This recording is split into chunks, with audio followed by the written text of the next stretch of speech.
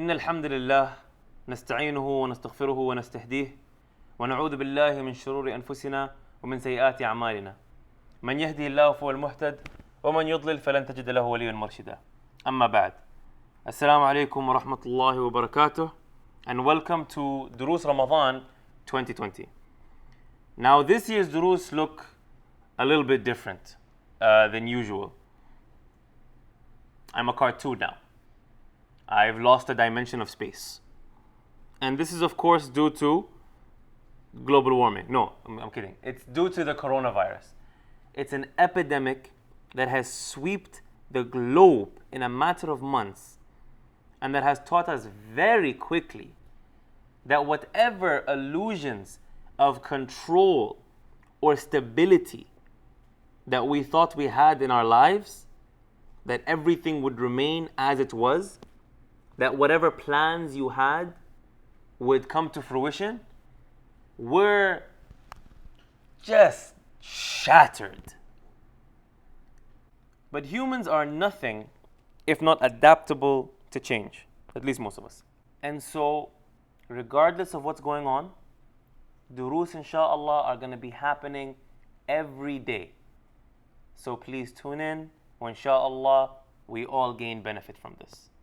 So let's introduce the first dars, which is about faith, Iman. Now what we know is that there are three levels of faith.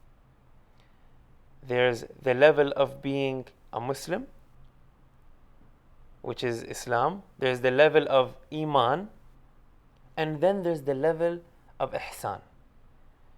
Now, to reach the level of Islam, you have to believe in Allah subhanahu wa ta'ala, His angels, His books, His prophet, the day of judgment, and His decree by destiny. That everything that has happened and everything that will happen is by His decree. So if you believe all of these things, congratulations. You have reached the level of Iman when it comes to Islam. To reach the level of Iman, you have to be a practicing Muslim. Now what do you practice? You practice the pillars of Islam. You have to first say the Shahada and believe anna la ilaha illallah wa anna Muhammadan abduhu wa rasuluh, that there is no God worthy of worship except Allah subhanahu wa ta'ala, and Muhammad sallallahu alayhi wa sallam is His final messenger. You also have to pray, perform Hajj, fast, give zakah. If you do these things consistently and you are disciplined with yourself in practicing Islam, congratulations, you have now reached the level of Iman. Now Ar-Rasul alayhi salatu wasalam said that Ihsan is worshipping Allah subhanahu wa ta'ala as if you see Him. Because even though you cannot see Him, He sees you. And it is also those who look forward to ibadah, where it is no longer just an obligation, it is a pleasure for them. They look forward to it. They want to worship Allah subhanahu wa ta'ala. That is the level of ihsan. Now why am I bringing all of this up? Why is it so important? Obviously it's important for many reasons. But the reason I'm bringing it up is because one day all of us are going to have to answer to Munkar and Nakir. Now for those of you who don't know, Munkar and Nakir are the angels that come down to you in your grave and ask you three very important questions. Who is your God? Who is your prophet?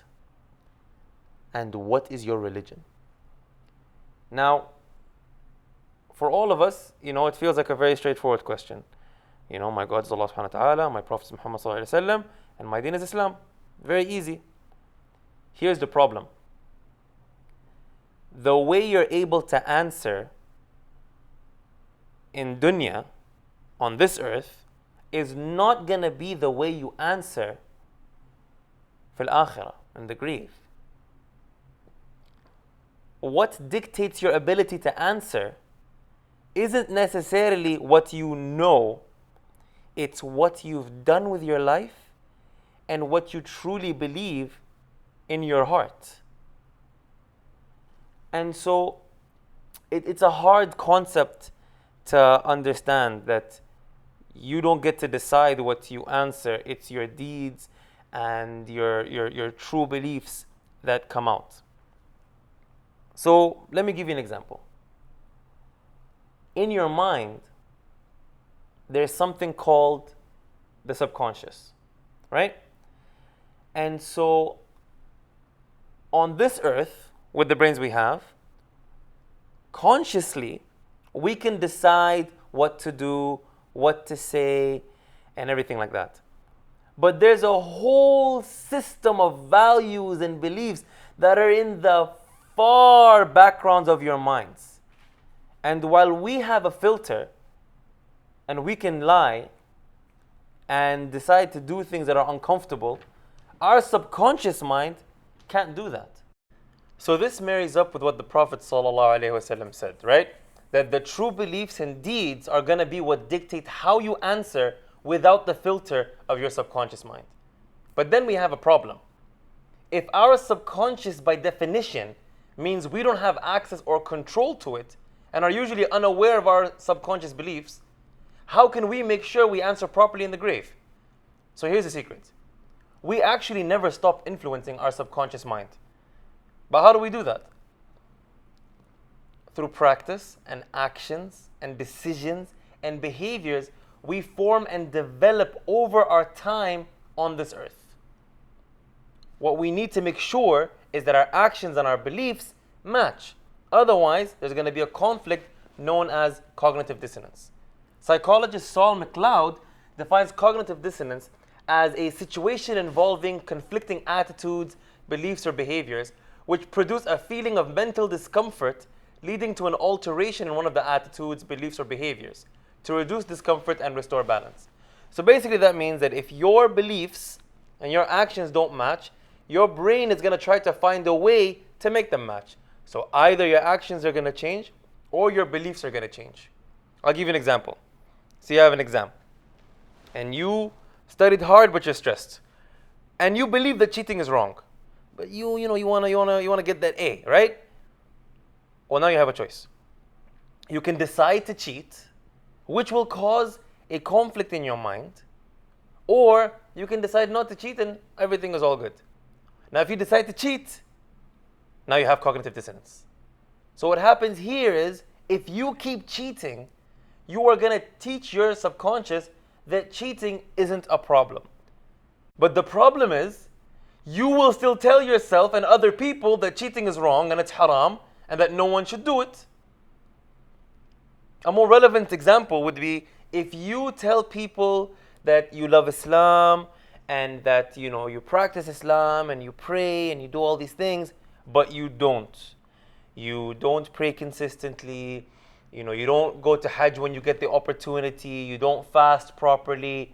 Basically, you don't really practice Islam. Then the grave is going to be a very difficult time for you. You don't want to find out that you never truly believed or you never actually performed the good deeds necessary in front of Munkar and Nakir. This Ramadan, we're going to go over the decisions and the beliefs that you need to be implementing in your life to make sure that insha'Allah we all get to the highest levels of faith. And we're going to do that by going through worship, character, and lifestyle. Insha'Allah, I'll see you guys tomorrow.